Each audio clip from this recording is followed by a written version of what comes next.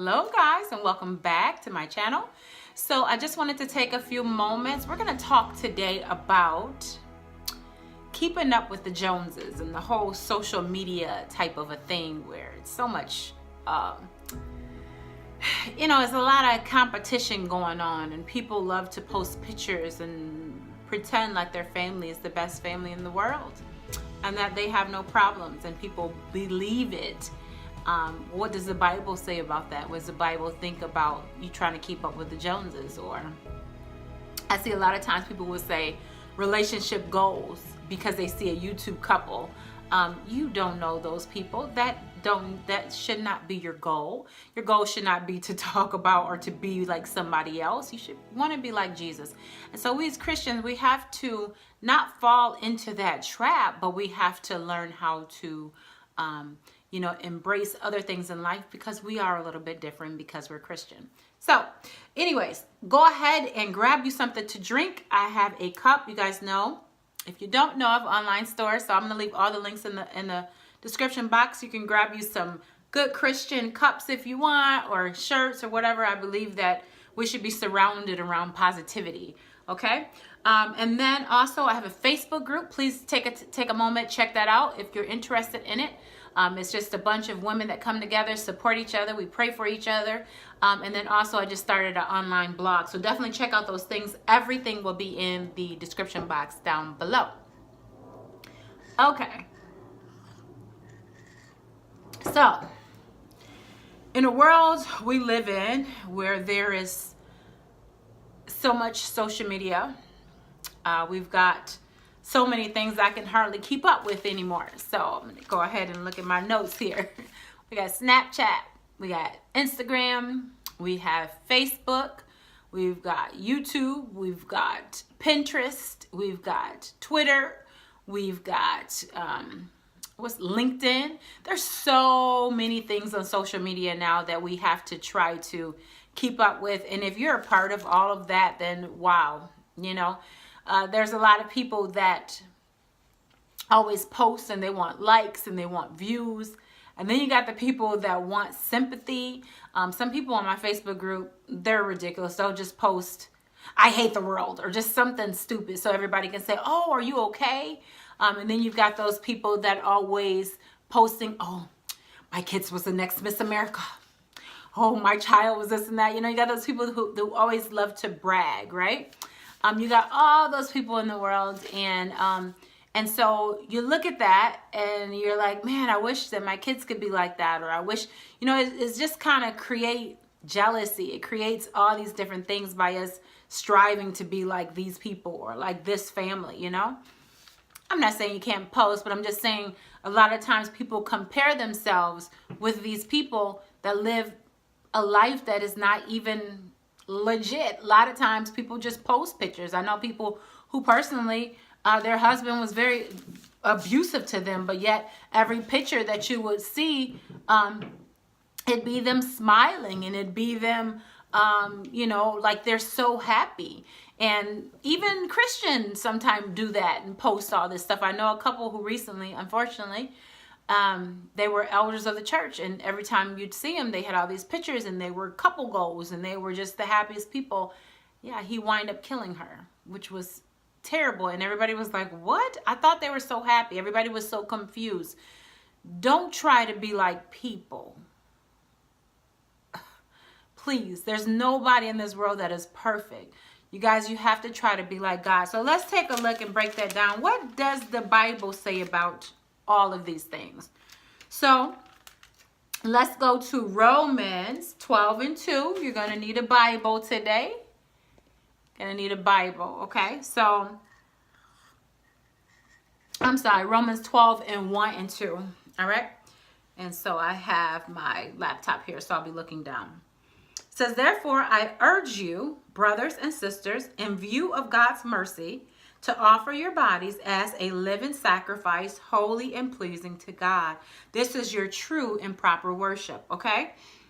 So, our bodies, let me just keep going first for a second.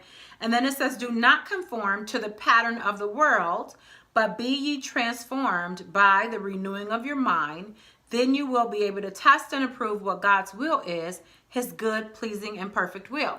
So it's saying that our bodies are supposed to be living sacrifices. We're supposed to be a little bit different. So our pictures and our social media should not show us turned up at the club.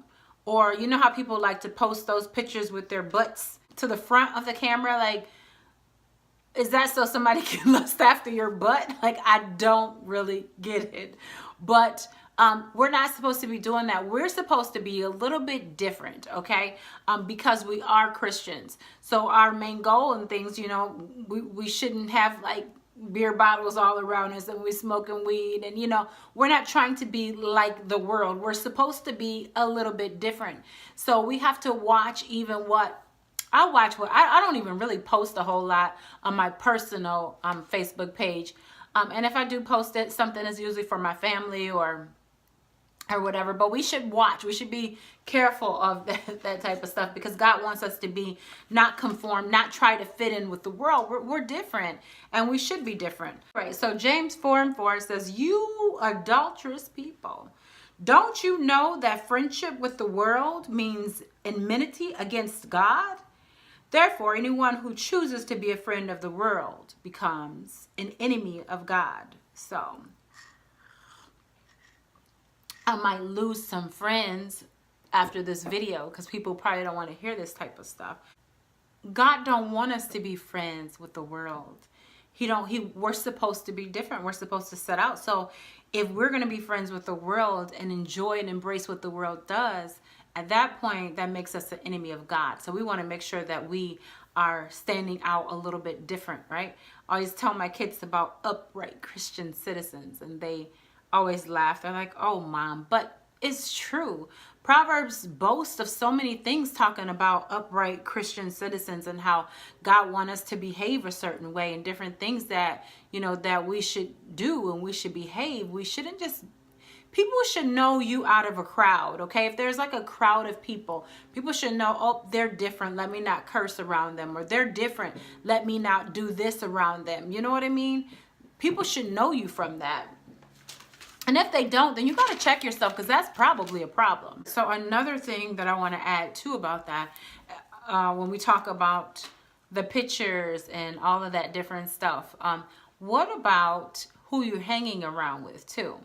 And sometimes we think, oh, it's okay, I don't act like them, or I'm not like them, or they don't influence me in any way. But we have to go off of what the Bible says. I know a lot of times we try to just come up with our own way and say, well, we're supposed to, you know, we can kind of change the scriptures to mimic or for us to believe what we want to believe. But in reality, you got to think about the scriptures there for a reason. It's supposed to help us. So let's go to 6 verse 14. So it says, "Do not be yoked together with unbelievers. For what do righteous and wickedness have in common?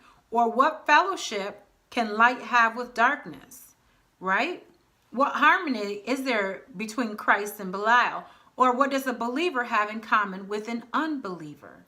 So think about that. God is warning us that if we try to hang around these unbelievers or people that's unequally yoked to us, you know, what do we have in common with them? Of course, they're going to be wanting to do stuff that we don't want to do. They're going to be talking a different way. They're going to be wanting to go and get drunk. They're going to be wanting to go clubbing or, you know, different things. We should be with like-minded people, like-minded friends, especially like-minded spouses.